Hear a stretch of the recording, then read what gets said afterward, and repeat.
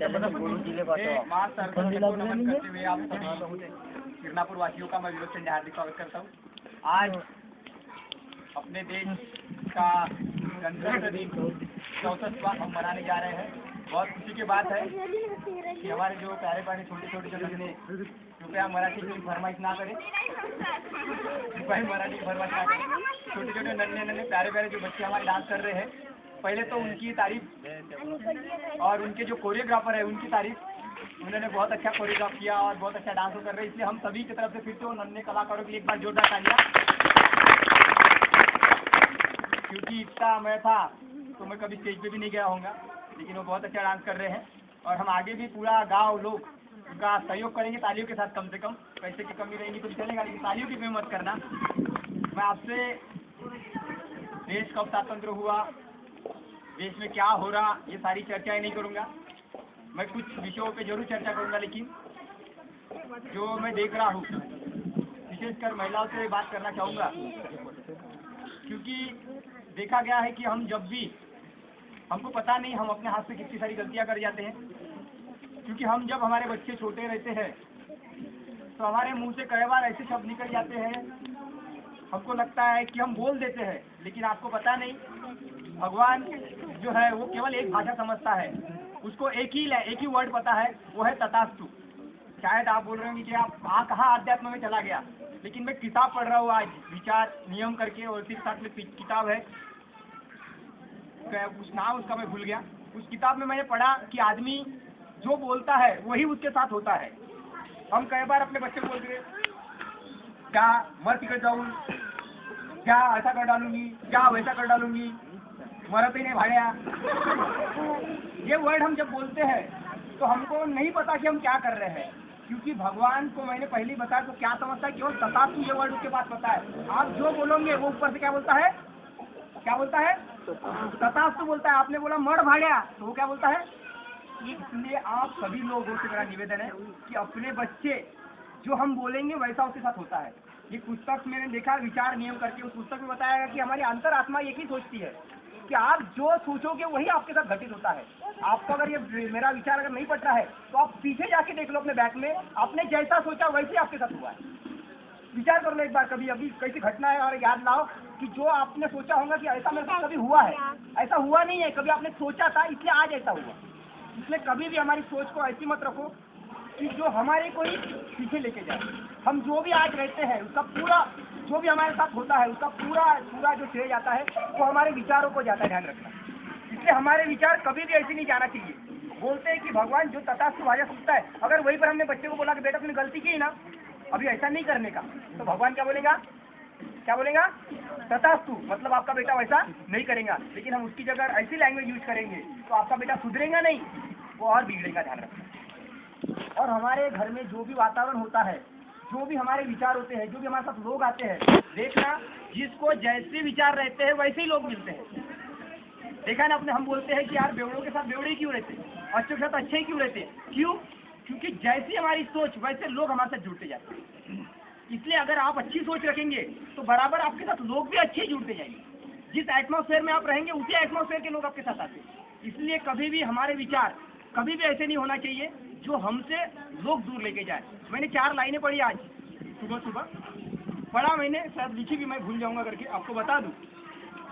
वो 4 लाइनें इतना ही पढ़ा मैंने कि जीवन में आपसे कौन मिलेगा ये समय तय करता है। मतलब हमारे साथ कौन मिलने वाला है समय तय करता है, हम तय नहीं करते, हमारे साथ कोई भी मिल जाता है, तो इस समय के ऊपर डिपेंड करता है। उसका बाद बोलते हैं जीवन में आपसे कौन चाहता है, जीवन में आप किसे चाहेंगे ये आपका दिल तय करता है। बराबर, हम किसको चाहते हैं कौन तय करता है। कुछ लोगों के ऊपर हंसी आ गई, चेहरों के ऊपर दिल से आता है, तो दिल जरूर चाहता है, लेकिन आखिर की लाइन बहुत महत्वपूर्ण है। वो बताया गया उसने कि जीवन में आपके साथ कौन बना रहेगा ये आपका व्यवहार तय करता है। मतलब अगर आपके साथ लोग हमसे दूर जा रहे हैं तो समझ लेना कि हमारे व्यवहार में कुछ ऐसी गलती हुई है जो हमसे जुड़ नहीं रहे, लोग हमसे दूर जा रहे हैं, तो हमको बदलना पड़ेगा हमारे व्यवहार को। क्योंकि हमारे साथ अगर हमारे साथ कोई जुड़ना नहीं चाह रहा, कोई दूर जा रहा, हमसे नजीक नहीं आना चाह रहा, तो समझ लेना हमारे व्यवहार में कोई ना कोई गलती हुई है। और हम अपने व्यवहार अगर नहीं बदलेंगे तो शायद आज तो एक दूर गया कल दूर हो जाएगा, और कल ऐसा समय आएगा कि हमारे साथ कोई नहीं रहेगा। और मैं नहीं चाहता कि हमारे साथ ऐसा कोई वक्त आए।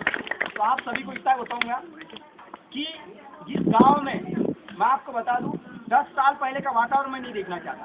10 साल पहले मैंने जब देखा, जब होश संवारा था, तब देखा था इस गांव में हर पार्टी के बाद पुलिस आती है। क्यों? क्योंकि उस टाइम जिस गांव का वातावरण खराब हो चुका है। मैं नहीं चाहता कि फिर से वो दिन हमारे गांव में वापस आए, चाहे कैसी भी परिस्थितियां आए। लेकिन आप सभी अगर एक बन के रहते हो तो कोई माई का लाल आके इस गांव में खेत नहीं लगा सकता है। लेकिन ये सारा खेल, मैं आपको बता दूं, ये सारा खेल हमारे विचारों पर डिपेंड करता है। हमारे विचार, कोई भी बाजू वाला आके हमको पैसा देता है, समझ में नहीं आता तब मेरे को हमने अपनी बुद्धि कहाँ रखी है। कोई भी आता है आजू बाजू का समझा देता कि यार तू कहाँ फंस रहा है। अरे हम अपनी सोच को कहाँ रखें? आप अपनी सोच से विचार करो, क्योंकि मैं आपको बताता हूँ, आपका भला दुनिया का कोई नहीं चाह सकता है, मैं भी नहीं चाहने वाला। आपका भला अगर कोई सोच सकता है तो आप खुद सोच सकते हैं। इसलिए आप विचार करो कि सामने वाला जो मेरे को बता रहा वो सही है कि गलत है। अगर गलत है तो उस रास्ते से नहीं जाना, और सही है तो उस रास्ते से जाना। लेकिन अगर जब तक हम अपने विचार को नहीं बदलेंगे ना, तब तक हमारे साथ कुछ होने वाला नहीं। आपको पता है लोग आत्महत्या करते क्या नहीं? लेकिन कभी आपने ऐसा देखा कि एक बैल से रात भर का दिन भर काम लिया किसान ने, इसलिए उस बैल को गुस्सा आया, उसने कुएं में जाके खुद की आत्महत्या की? ऐसा कभी देखा क्या? क्यों नहीं देखा? वो इसलिए नहीं देखा क्योंकि बैल को कभी विचार नहीं आते। लेकिन इंसान के साथ थोड़ा सा कुछ हो जाए, उसके घर में उसका पति कुछ बोल दे, उसकी बीवी कुछ बोल दे, थोड़ा सा टेंशन ले लेता है और उसको बोलता है कि बस दुनिया के सबसे अच्छी ताकत क्या है आज? तो मौत है। घर में जाता, मिट्टी का तेल डालता, अंगार लगाता, उसके बाद पता चलता अरे यार मैंने क्या कर डाला, क्या नहीं कर डाला, तेरे विचार ने तेरे साथ वो कर डाला, तेरे को मौत तक लेके गया। वही एक विचार है। वहीं पर आपको अगर ऐसी सोच आ गई रहती उस टाइम कि काश यार मैं अगर ऐसा करती हूँ, या मैं अगर ऐसा करता हूँ तो मेरे बच्चों का क्या होगा, मेरे घर वालों का क्या होगा। अगर एक विचार आपके मन में अगर ऐसा आ गया रहता तो वही मौत के मुंह तक लेके जाने वाला विचार आपको अपनी जिंदगी दिला सकता था कि नहीं? समझ लो कि आपका विचार मौत तक लेके जा सकता है, तो आपका विचार अपनी जिंदगी भी बना सकता क्या नहीं? इसलिए आप सभी को मैं बता रहा हूँ, कभी भी भूल के विचार गलत मत दिशा में लेके जाना। जिस दिशा में आपके विचार जाएंगे, समझ लेना आपके साथ वैसा ही होगा। मैं 1% नहीं 1000% गारंटी देता हूँ आपके साथ वैसा ही होगा। इसलिए आपको बता रहा हूँ कि किसी भी परिस्थिति में एनी कंडीशन, हर आदमी के साथ परिस्थिति बदलती रहती है, आपके साथ भी बदलेगी। लेकिन उस समय अपने विचारों को पॉजिटिव रखने का, अपने विचारों के साथ चलने का, अपने विचार गलत दिशा में मत देखिए। गलत दिशा में विचार करें तो हमारे विचारों को खत्म चल जाए। कि जो व्यवहार मैं देखता हूँ गाँव में, तो ये आपकी गलती नहीं है या मेरी गलती नहीं है, ये हमारे एटमॉस्फेयर की गलती है। हमारे आजू बाजू में ऐसे परिवर्तन चलते रहते हैं कि जिससे वजह से हम अपने बच्चों को क्या बोल देते हैं क्या नहीं हमको ही नहीं पता रहता, हम बोलते जाते हैं, और बोलने की वजह से वो एक बार ऐसा होता है कि वो चीजें हमारे साथ बनती जाती है। आपने देखा होगा सबसे ज्यादा गुंडे लोग, बदमाश लोग कहाँ पर रहते, कहाँ पर पैदा होते हैं? सिविल लाइन में आप झोपड़पट्टी में होते। क्यों? क्योंकि वहाँ का माहौल वैसा रहता है। बच्चा जब पैदा होता है तब से तलवार देखता है, बच्चा जब पैदा होता है तब से बंदूक देखता है, इसलिए उसके विचार वही बनते जाते हैं और वही वो करता है। इसलिए आप अगर अपने एटमॉस्फेयर में ऐसा विचार बनाएंगे तो हमारे बच्चे भी वैसा ही करेंगे। इसीलिए हमको उनको एक अच्छे माहौल में रखना है, एक अच्छे विचारों में रखना है, ताकि वो गलती कभी नहीं कर सकता। क्योंकि आज वो मिट्टी का पुतला है, आप जैसा ढालोगे वैसा बनने वाला है। इसलिए आप सभी से निवेदन है कि ऐसे विचार हमारे आजू बाजू में ना भटके, हमारे बच्चों के पास भी ना भटके। ये जिम्मेदारी उसकी नहीं है, ये जिम्मेदारी हमारी है, उसकी नहीं है, क्योंकि वो तो अभी आया है। आप जैसा बनाएंगे वैसा बनने वाला है, समझिए। तो इसलिए आप सभी को मैं इतना ही बताऊंगा कि पूरी एकता के साथ चाहे कुछ भी हो जाए, आने वाले समय में लोकसभा, ग्राम पंचायत, सारे चुनाव आएंगे। अभी संकेत दे रहा हूँ, कल मैं भाषण देने के लिए रहता नहीं रहता पता नहीं, क्योंकि एक दिन का किसी का भरोसा नहीं है। इसलिए मैं आपको बता रहा हूँ कि आज मैं जीना सीखूं, क्योंकि मैं आज में जीता हूँ, इसलिए मैं कभी टेंशन नहीं लेता। जो आज हो रहा है उसके साथ चलते जाओ, कल का विचार मत करो। कल जब उठेंगे तब बोलने का है भगवान तूने आज का दिन दिखाया ना, यही मेरे लिए काफी है, मैं आज करके दिखाऊंगा फिर से एक बार। इसलिए आप फिर से आने वाले समय के साथ और आने वाले विचार साथ जुड़ते रहेंगे और एक अच्छे विचार साथ अपना काम करेंगे। ऐसी आशा आपकी तरफ से करता हूँ। आपको सब इतना ही कहूँगा, ये सब करते वक्त जो व्यक्ति सामने रहता है, मैंने 4 दिन पहले आस्था चैनल पे पढ़ा था, सुना था कि जो व्यक्ति लीडर बनना चाहता है, जो व्यक्ति आगे बढ़ना चाहता है, उसके साथ मुश्किलें 1000 चलती है। जो मुश्किलों से टकराएगा ना वही उस मंजिल को पा सकता है। इसलिए मुश्किलों से टकराने के लिए समय हरदम आप लोग खड़े रहेंगे तो हरदम का सफलता आपके कदम चूमते चलेगी।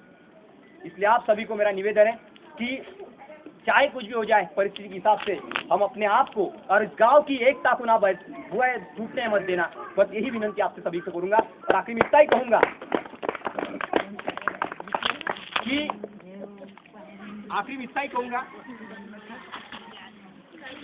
कि किसी के पास, क्योंकि कोई किसी का होता नहीं मिस्टर ज्ञानेंद्र आप कैसी बता रही है, पहले बताया कि कोई किसी का होता नहीं। किसी के पास कुछ ना हो तो हंसती है दुनिया।